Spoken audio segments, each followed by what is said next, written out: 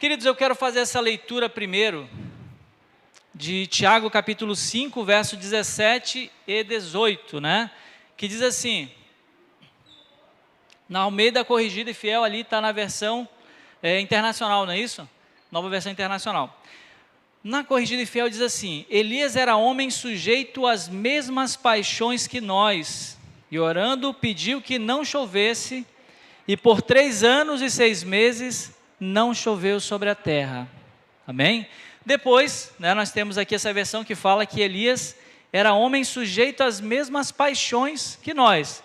E aí na versão internacional, que é que está ali, fala que Elias era humano como nós. Ele era humano assim como nós somos humanos. E na versão da Almeida Revista Atualizada diz que Elias era homem semelhante a nós. Amém? Ele era homem semelhante a nós, sujeito às mesmas paixões, aos mesmos sentimentos. Ele orou a Deus. Ele fez uma oração a Deus e por 3 anos e meio não choveu sobre a terra. E depois ele orou novamente e choveu. Queridos, Elias ele foi um profeta que viveu nos tempos do rei Acabe. Acabe era um rei de Israel. Depois da morte de Salomão, houve uma divisão em Israel e você teve ali então 2 reinos. Havia reinos divididos. Você tinha o reino do sul, que era o reino de Judá, e geralmente no reino de Judá, aqueles reis que eram reis da linhagem de Davi, eles eram tementes ao Senhor. De modo geral, eles faziam aquilo que agradava ao Senhor. E tinha os reis de Israel, do qual fazia parte Acabe. E ali as demais tribos de Israel estavam reunidas, No reino do sul, o reino de Judá, estava a tribo de Judá e a tribo de Benjamim. As outras 10 tribos ficaram com outro reinado, e Acabe fazia parte desse reino. E ele era mau. E diz a Bíblia que não só ele era mau, mas ele foi pior do que todos os outros que vieram antes dele. Ele era terrível, E ele casou com uma mulher chamada Jezabel, uma mulher que fazia parte, de um povo que era pagão, e a partir dali ele começou a adorar Baal. E não só adorar, mas ele fez um templo, ele também levantou altares para Baal. E diz a palavra então que ele causou a ira do Senhor.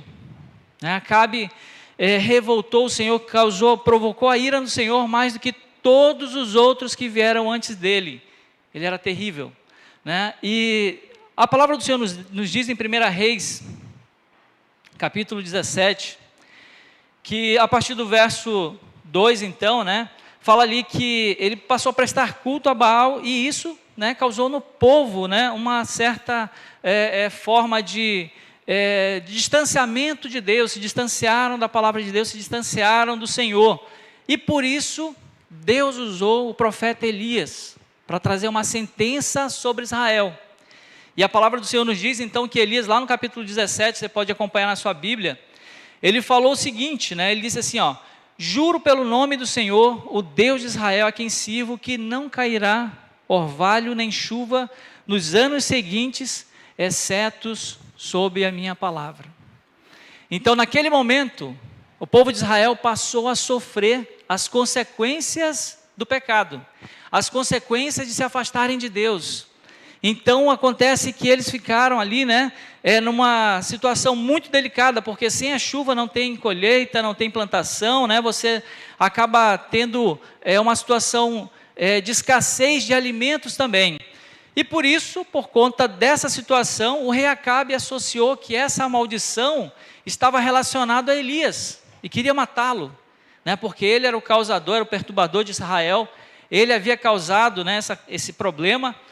E diz a palavra então que o Senhor falou para Elias e disse para ele se esconder. No verso 2 em diante ele fala, esconda-se perto do riacho de Querite, e ali você beberá do riacho e os corvos vão te alimentar. E diz a palavra então que Deus o serviu, pela manhã e pela tarde os corvos traziam para ele pão e carne. Eu não sei de onde eles conseguiam essa carne e esse pão, mas eles traziam, e toda manhã e toda tarde estava ali aquele alimento, E Elias comia, bebia e estava bem. Ele estava bem tranquilo ali. Só que acontece o seguinte, a palavra do Senhor nos diz que no capítulo 17, verso 7, que diz que o riacho, depois de algum tempo, secou por conta das chuvas. Queridos, Elias estava escondido, estava distante, né, ali daquele mal que estava para acontecer com ele, mas ele estava bem confortável. Ele tinha pão, ele tinha carne, ele tinha água, ele estava tranquilo, ele estava numa zona de conforto. Assim como nós, vez por outra, nos encontramos, né? Está tudo tão tranquilo, tão bem, né, que a gente fica até numa zona de conforto. E às vezes a gente, por estar tão tranquilo, a gente acaba se distanciando um pouco da presença de Deus, porque está tudo bem, né? A gente até usa uma situação que o crente ele acaba buscando mais o Senhor quando ele está em provação. Ou será que isso não é fato? Acontece, né? A gente lembra do Senhor, mas não deve ser só nesse momento. Então, diz a palavra de Deus que ali, né, depois de um tempo, secou o riacho. E aí Deus deu um recado para Elias, né? Ó Elias, né? Você está muito confortável aí, está muito tranquilo, né? Então Deus fez com que o riacho secasse. E algumas vezes o riacho seca na nossa vida. Não sei se na tua vida nesse momento, talvez você está passando por essa sequidão. Talvez está passando por essa situação, né, do riacho ter secado. E a palavra do Senhor nos traz então que Elias, ele estava ali e o Senhor, né, começou a falar com ele, deu um recado para ele, né, para que ele pudesse sair daquele lugar. E às vezes isso acontece conosco, né? Sabe por que acontece conosco também? Porque nós somos como Elias, né? Nós somos humanos. Nós somos sujeitos às mesmas paixões, nós passamos por crises, passamos por situações de sofrimento, né? O riacho seca também na nossa vida, e ainda mais, né? Nós ficamos às vezes preocupados por diversas coisas, né? Mas eu quero te dizer o seguinte, né? Que o Senhor nos disse para que nós não viéssemos andar ansiosos por coisa alguma, que nós não tivéssemos preocupado com nada, porque assim como o Senhor alimentou Elias, Ele pode também nos alimentar. A palavra do Senhor nos diz, né, para que nós observássemos as aves do céu, que elas não semeiam, nem colhem, nem ajuntem celeiros, mas o próprio Pai as alimenta. O riacho pode secar, mas o Senhor está contigo. Amém? O Senhor vai te dar alimento, o Senhor vai te dar de beber, Ele vai cuidar de ti. Queridos, e nessa situação toda, né, por conta da falta da chuva, causou uma crise muito grande em Israel, né? Uma crise em que eles não tinham mais comida, faltava água, faltava tudo, e tudo consequência do pecado que eles abandonaram o Senhor e passaram a adorar ídolos. Então eles passam por essa crise, né? Por essa situação, mas acima de tudo, a maior crise que eles estavam passando era a crise espiritual, e talvez, em algum momento, ou talvez agora, você pode estar passando por essa crise espiritual, né? Por essa frieza, por essa ausência da presença de Deus na tua vida, né? Às vezes acontece isso com a gente se coloca numa zona de conforto, né? E acaba esquecendo de Deus, esquecendo de buscar Deus, esquecendo de orar, e o riacho seca. E havia uma crise também muito grande em Israel, né? Mas talvez essa crise passa também por nós, às vezes é uma crise emocional, né? Uma situação em que nós passamos agora, estamos passando ainda por uma pandemia, e perdemos muitas pessoas, perdemos amigos, né? Algumas pessoas perderam familiares próximos, né? E há relacionamentos que são perdidos, né? Que são rompidos, depressão, tristeza. E o ser humano, ele é um turbilhão de emoções, né? Às vezes está tudo bem, por algum motivo a gente nem sabe por que a gente começa a ficar triste, ficar, né, sentindo sintomas de depressão, situações que acontecem na nossa vida, exatamente porque o riacho secou. E nós passamos por essas situações, às vezes a crise familiar, falta harmonia no lar, falta, né, aquela ação de Deus em nossas vidas, mas eu quero que nesse momento nós possamos lembrar de uma coisa, né? Que o mesmo Deus que fez milagre no deserto, o mesmo Deus que alimentou o profeta ali, né? Ele também pode abençoar a tua vida, Ele também pode fazer um milagre na tua vida, Ele também pode te abençoar nesta noite, e é o mesmo Deus que te diz, né, eu estou convosco todos os dias. Ele está contigo no deserto, Ele está contigo na crise, Ele está contigo em todos os momentos. Tem um pastor, amigo meu, pastor Donizete, ele escreveu um livro chamado Transformando Crises em Milagres, em que ele diz o seguinte nesse livro: Deus vai nos ensinar ao entrarmos na crise, durante e depois que sairmos dela. Deus tem um propósito em tudo que está acontecendo em nossas vidas.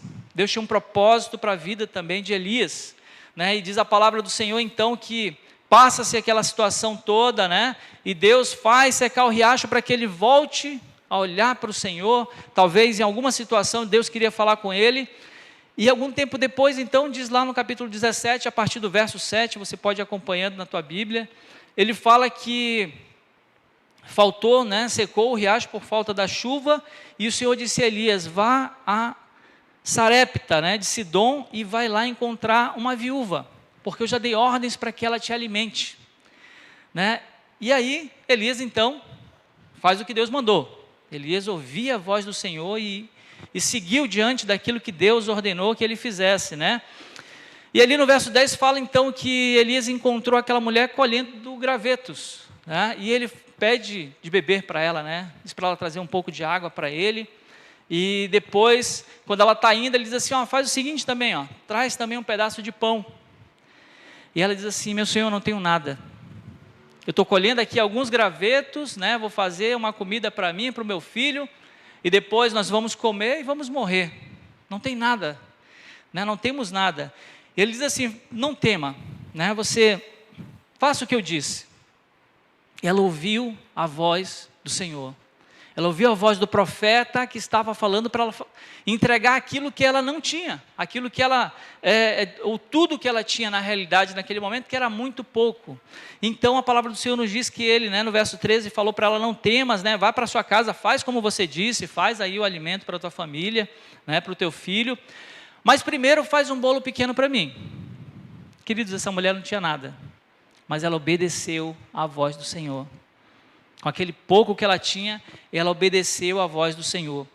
E ele diz o seguinte: depois faça algo para você e para o seu filho, né? Pois assim diz o Senhor, o Deus de Israel: a farinha na vasilha não se acabará, e o azeite na botija não secará, até o dia em que o Senhor fizer chover sobre a terra. Amém? Queridos, e assim ela fez. E ela foi honrada, né? Porque ela creu na promessa do Senhor. Provérbios capítulo 3, verso 9 e 10, pode acompanhar na sua Bíblia também, fala sobre o que acontece quando nós honramos a Deus, né? Que o princípio de Deus, né, de nós entregarmos a Ele, como primícias os nossos bens, né, entregarmos aquilo que temos de melhor ao Senhor, nós honramos a Deus dessa forma. E diz em Provérbios 3, verso 9 e 10 o seguinte: honre o Senhor com seus bens, com as primícias de toda a sua renda, e seus celeiros ficarão completamente cheios, e seus lagares transbordarão de vinho. Amém? Honre ao Senhor com as tuas primícias. Elias disse para aquela mulher o seguinte: faça primeiro um bolo para mim, depois você faz para você. E ela fez exatamente isso. Ela honrou primeiro ao Senhor, e ela fez exatamente isso, e a palavra do Senhor diz que ela foi abençoada, né? Que não faltou a farinha lá na panela dela, não faltou o azeite na botija, e assim o Senhor vai fazer na tua vida também, se você honrar primeiro o Senhor. Honre o Senhor com os teus dízimos, com as tuas ofertas, com as primícias daquilo que você recebe, e a palavra de Deus nos diz em Malaquias 3,10, né? Depois disso, façam prova de mim, se eu não vos abrir as janelas do céu, e derramar sobre vocês bênçãos sem medidas, que vocês não vão ter nem onde guardar. Queridos, essa igreja, ela não tem o hábito, né, de pregar o evangelho da prosperidade, porque nós não acreditamos no evangelho da prosperidade, nós não cremos no evangelho dessa forma, mas nós cremos no Deus que prospera o seu povo. Amém? E Deus quer te abençoar, Deus quer te prosperar. Honre ao Senhor. Essa mulher, ela entendeu o princípio da honra, e ela honrou a Deus com aquilo que ela tinha, e ela honrou a Deus com as suas primícias, né?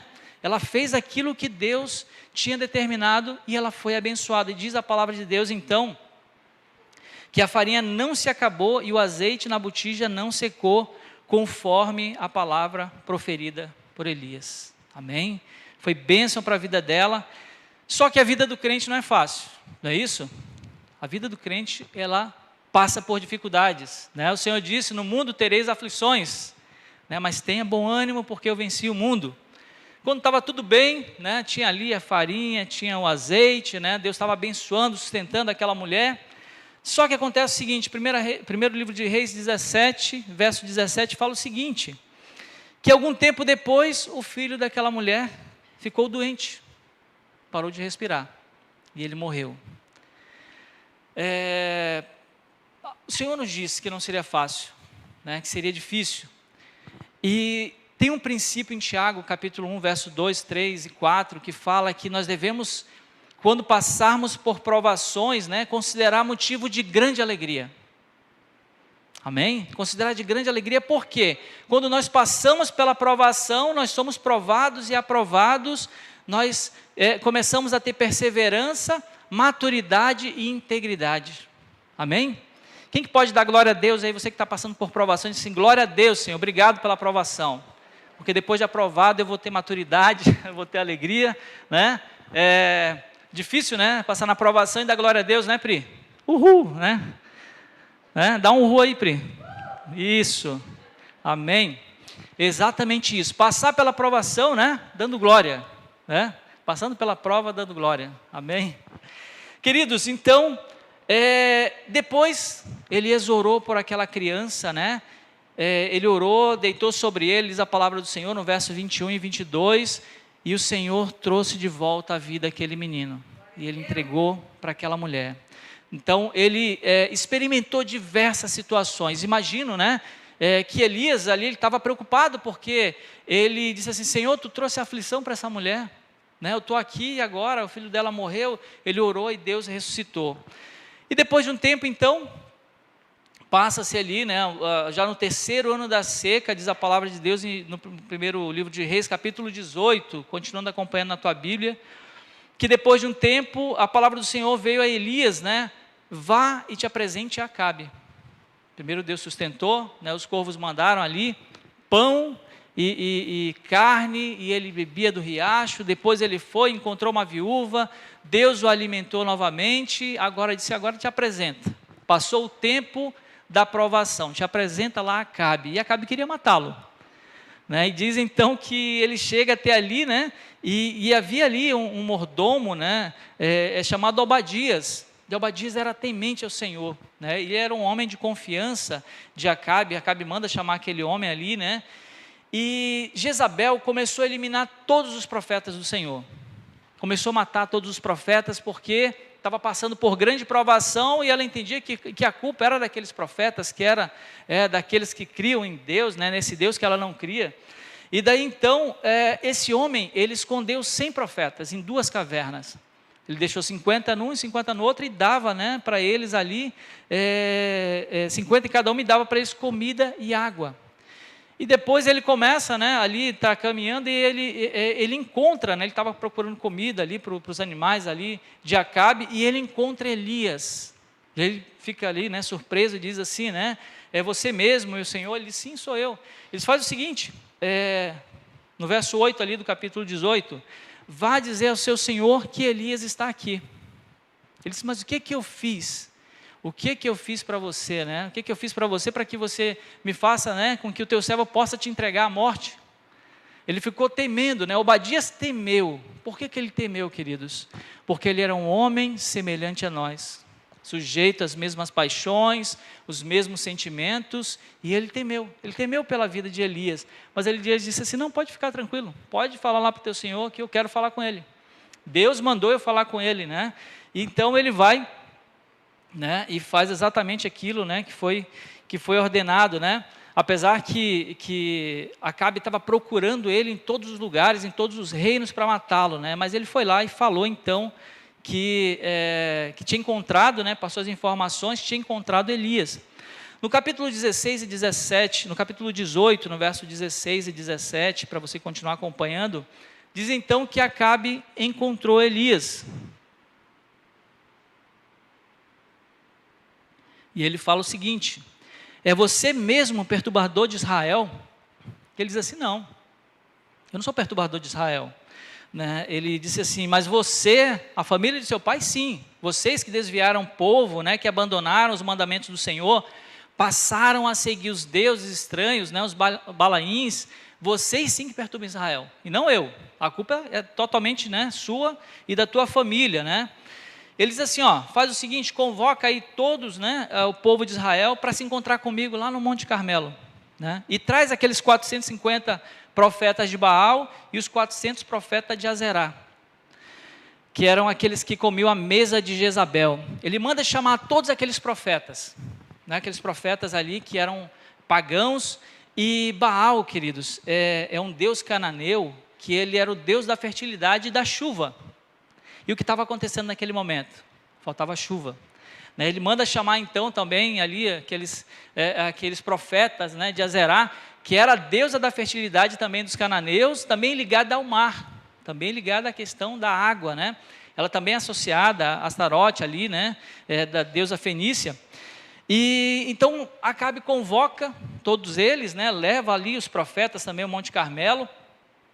E aí no capítulo 18, verso 21, ele diz o seguinte: Elias se aproxima do povo e pergunta, né, até quando vocês irão ficar oscilando entre dois pensamentos? Né, porque se o Senhor é Deus, sigam, mas se é Baal, então sigam a Baal. Né, não fiquem nessa de adorar a Deus e buscar as coisas do mundo. A gente precisa também pensar nisso. Né? Em que momento nós estamos abrindo mão da nossa integridade, da nossa fidelidade a Deus e buscando as coisas que não agradam a Deus?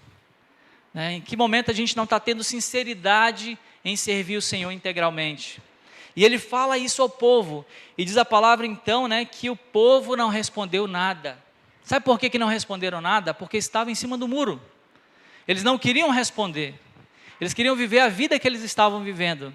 Né? Eles não queriam ser confrontados. E diz então a palavra do Senhor que Elias, ele diz ali para eles, ali no capítulo 18, verso 23, ele pede que tragam 2 novilhos. Né? Ele fala ali para os profetas ali cortar ali em pedaços, colocar lenha sobre o altar, mas não colocar fogo, que ele ia fazer a mesma coisa. Ele diz ao povo então, né, que é para invocar ali, para aqueles profetas invocarem o seu Deus, né, Baal, que ele invocaria o seu Deus, o Deus de Israel. E aquele Deus que respondessem com fogo, esse sim seria Deus. E ele faz esse desafio e o povo acha aquilo bom. Né, o povo concorda com aquilo que ele falou. Diz então que os profetas começaram a clamar. Os profetas de Baal começaram a clamar e pedindo ali que respondesse, né?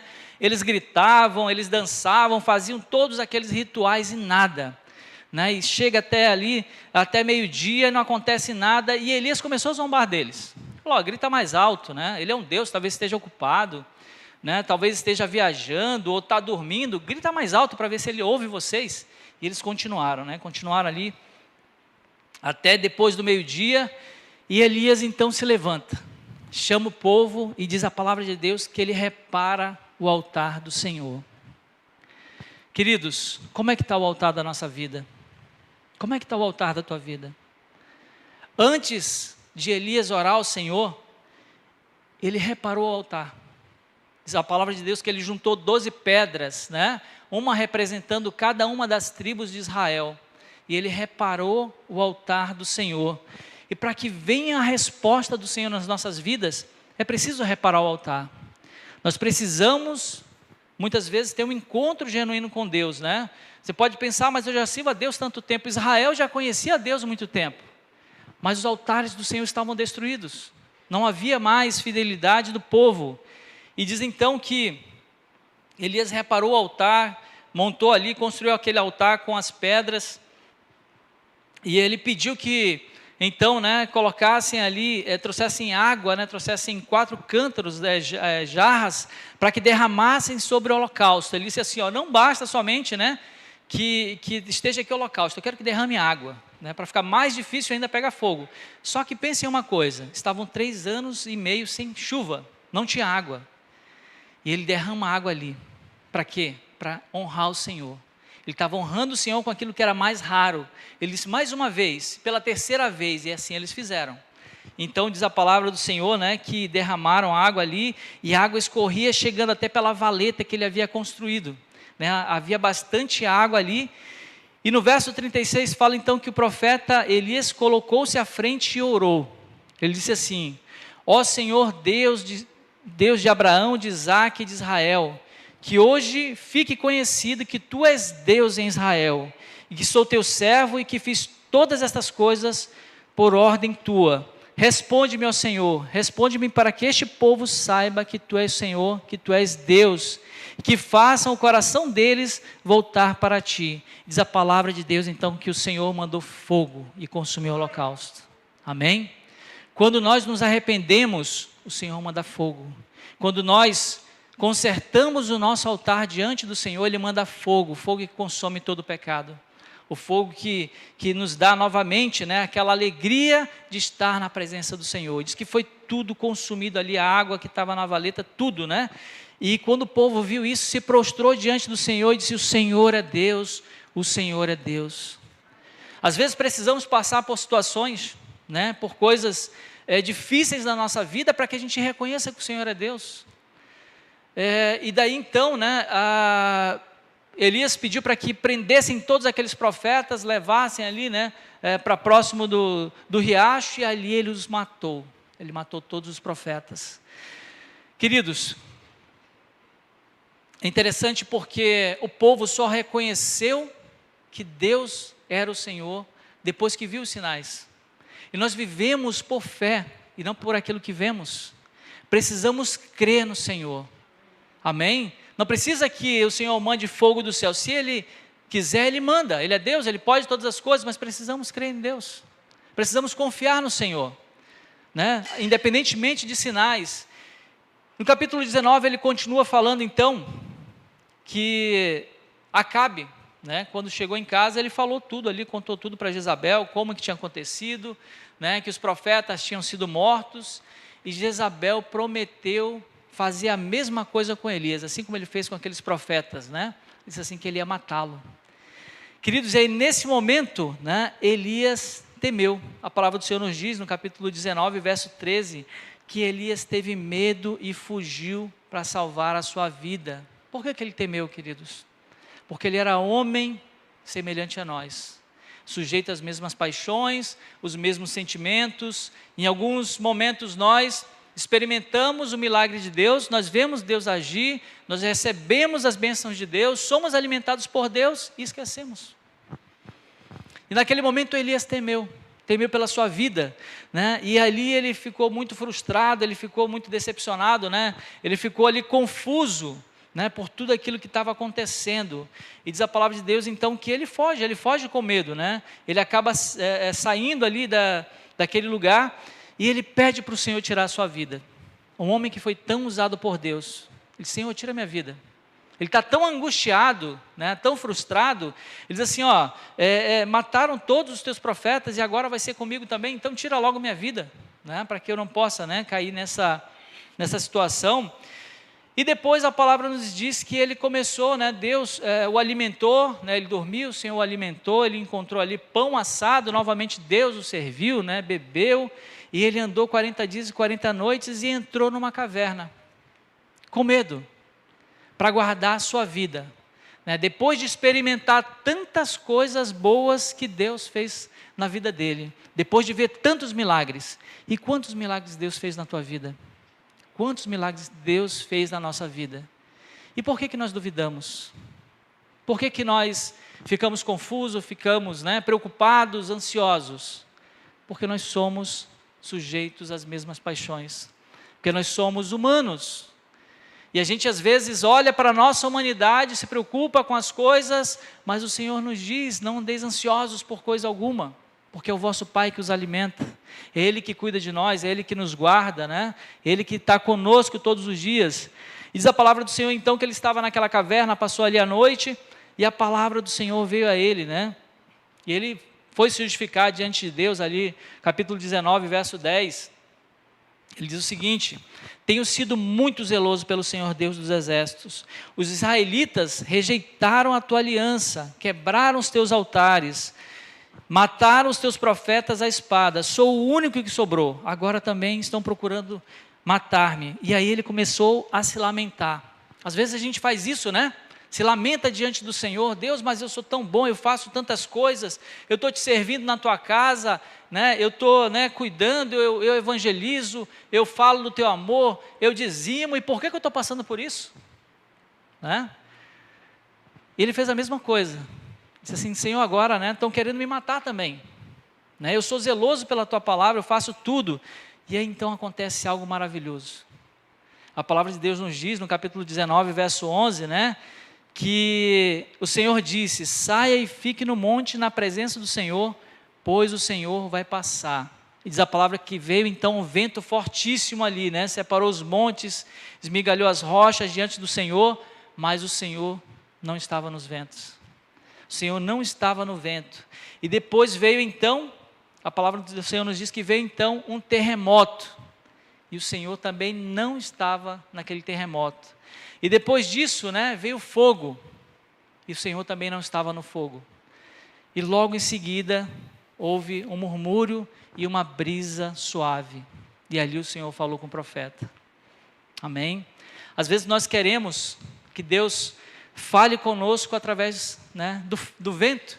Nós queremos ouvir a voz de Deus porque nós lembramos que o Senhor acalmou os ventos, acalmou a tempestade. Ou nós queremos que Deus fale conosco através do terremoto, né? Porque nós lembramos que quando Paulo e Silas estavam presos, eles oraram e Deus, né, fez tremer aquele lugar e tremer os alicerces daquela prisão e eles foram livres, né? E também queremos que Deus fale conosco através do fogo. Porque há momentos em que estamos numa tribulação tão grande que parece que estamos numa fornalha. E nós lembramos que Deus livrou, né, os seus servos ali, Ananias, Misael e Azarias ali na fornalha, e que Deus mandou fogo dos céus. Mas às vezes Deus quer falar conosco através de uma brisa suave, e Ele quer te dizer o seguinte: aquietai-vos e saber que eu sou Deus. Aquietai-vos, né? Fica tranquilo, confia, eu sou Deus na tua vida, não há nada que eu não possa fazer. O Senhor nos diz nesta noite: aquietai-vos e sabei que eu sou Deus. Eu sou Deus na tua vida. Depois Deus fala com ele então e diz assim: olha, eu fiz sobrar 7.000 em Israel, todos aqueles que não se ajoelharam, né, não se inclinaram diante de Baal e que suas bocas não beijaram. O Senhor guarda aquele que o serve, aquele que os ama, né? O Senhor guarda, o Senhor protege, o Senhor tem te guardado, tem te protegido, o Senhor tem te livrado de todo mal. Queridos, para concluir nessa noite, depois de ter passado por tantas situações, né, de ter visto aqui o que Deus fez, né, ele orou e por 3 anos e meio não choveu. Depois ele orou novamente e Deus fez chover. Deus usou a vida dele para que ele ressuscitasse o filho daquela viúva, né? Ele orou e Deus ressuscitou. Depois, novamente, né, Deus mandou fogo do céu. Ele esteve ali exterminando os 450 profetas de Baal. Né? Ele passou por diversas situações. Em determinado momento ele temeu uma ameaça, exatamente porque ele é humano, sujeito às mesmas paixões. Talvez você passou também por diversas situações, você viu Deus fazer muitas coisas e agora está temendo, está preocupado com aquilo que pode acontecer com a tua vida. Mas creia, o Senhor é contigo. Ele disse que estaria conosco todos os dias, né? O mesmo Deus que alimentou aquele profeta, Ele pode cuidar de você. O mesmo Deus que cuidou do povo no deserto, o mesmo Deus, né, que mandou fogo do céu, Ele está aqui neste lugar. E Ele quer abençoar a tua vida, Ele quer te abençoar, né? Assim como Elias, que estava ali preocupado, confuso, né? E o Senhor falou com ele numa brisa suave. Talvez nessa noite, talvez Deus te trouxe aqui neste lugar, talvez Deus tocou no teu coração para falar contigo, numa brisa suave e te dizer: aquietai-vos, saber que eu sou Deus, eu cuido de ti, né? Eu sou contigo. Eu quero te convidar a ficar de pé, fechar os teus olhos. Eu não sei se todos que estão aqui entregaram a sua vida ao Senhor, se todos que estão aqui já tiveram um encontro com Deus, ou talvez até você já teve esse encontro com Deus, mas talvez o teu altar está destruído, o altar do Senhor na tua vida. Eu quero te convidar para que você possa reparar o altar do Senhor. Que tu possa reparar o altar do Senhor, para que tu possa adorar o Senhor, para que Ele possa enviar fogo do céu sobre a tua vida. O fogo que consome o pecado, o fogo que toca nas nossas vidas, que nos faz novamente adorar o Senhor. Feche teus olhos enquanto vamos louvar ao Senhor. Se você está afastado da presença de Deus e quer voltar à presença do Senhor, você tem a liberdade de vir aqui à frente, diante da igreja, para a igreja orar por você, para dizer assim: Senhor, estou aqui reparando o teu altar, estou aqui diante de ti. E talvez, se você está vivenciando aquilo que Elias viveu, que o riacho secou na tua vida, creia que Deus pode mandar chuva novamente na sua vida hoje. Amém? Então, feche teus olhos, vamos louvar ao Senhor. E se você sentir no teu coração esse desejo, vem aqui à frente que eu quero orar pela tua vida.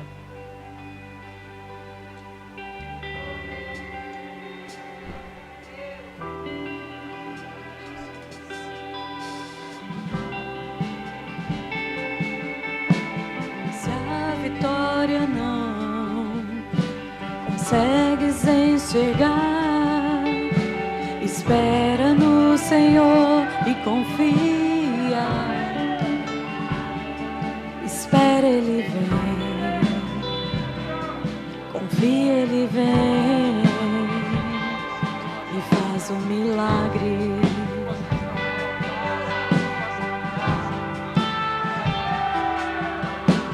Se é tão impossível, parece que não dá. Espera no Senhor e confia. A palavra do Senhor nos diz: Espera, Ele vem. Filho meu, dai-me o teu coração.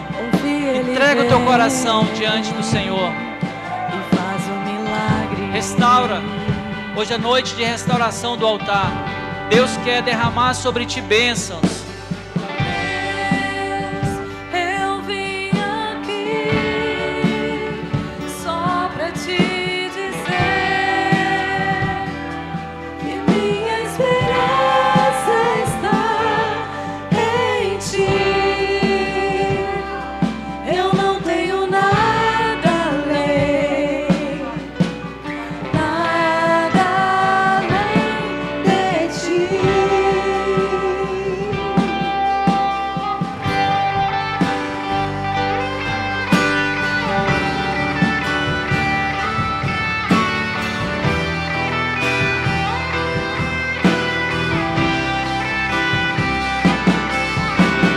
Se sentindo sozinho, coração cansado de clamar, espera no Senhor e confia. Espera, Ele vem. Confia, Ele vem e faz um milagre.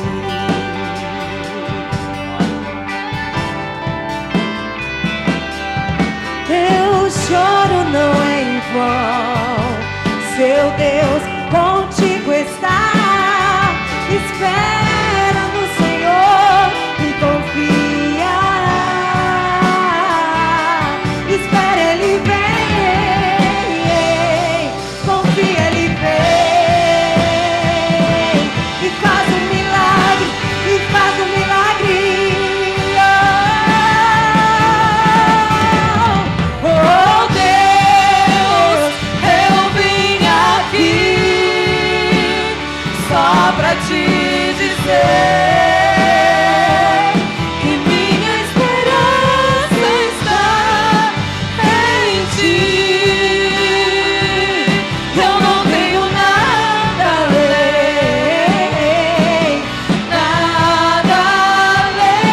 de ti. Oh Deus, oh Deus, eu vim aqui só pra te dizer que minha esperança está em ti. Eu não tenho nada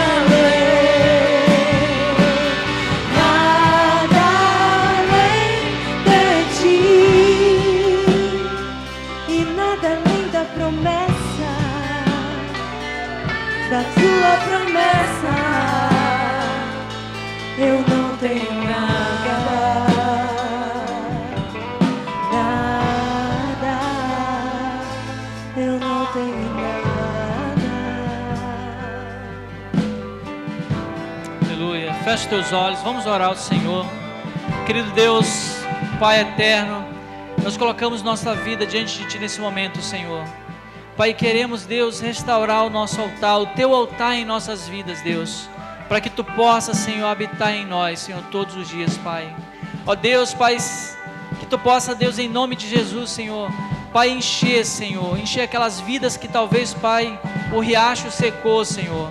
Que Tu possa derramar chuvas, Senhor, que Tu possa derramar o Teu Espírito Santo, Deus, que faça transbordar em nossas vidas, Senhor, a Tua palavra, Deus, o Teu Espírito Santo, Pai, o Teu amor, Senhor. Enche-nos, Pai, enche-nos, Senhor. Nós precisamos de Ti, Pai. Ó Deus, nós precisamos da Tua graça, Senhor, para que nós, Senhor, homens, Pai, e mulheres sujeitos às mesmas paixões que Elias, Senhor, semelhante a Elias, Pai. Ó Deus, que nos atribulamos, que sofremos, que ficamos ansiosos, Senhor, que a gente possa, acima de tudo, Deus, confiar em Ti. Que os nossos corações, Pai, possam confiar em Ti, Senhor. Nós entregamos, Pai, a nossa vida, Deus, e o nosso coração em Tuas mãos, Deus, para que Tu possa, Pai, cuidar de nós, Senhor. Fala conosco, Senhor. Fala conosco nessa brisa suave, Senhor. Fala aos nossos corações, Deus. Nós Te louvamos, Pai, e Te agradecemos em nome de Jesus. Amém. Que Deus te abençoe, queridos. Podem sentar.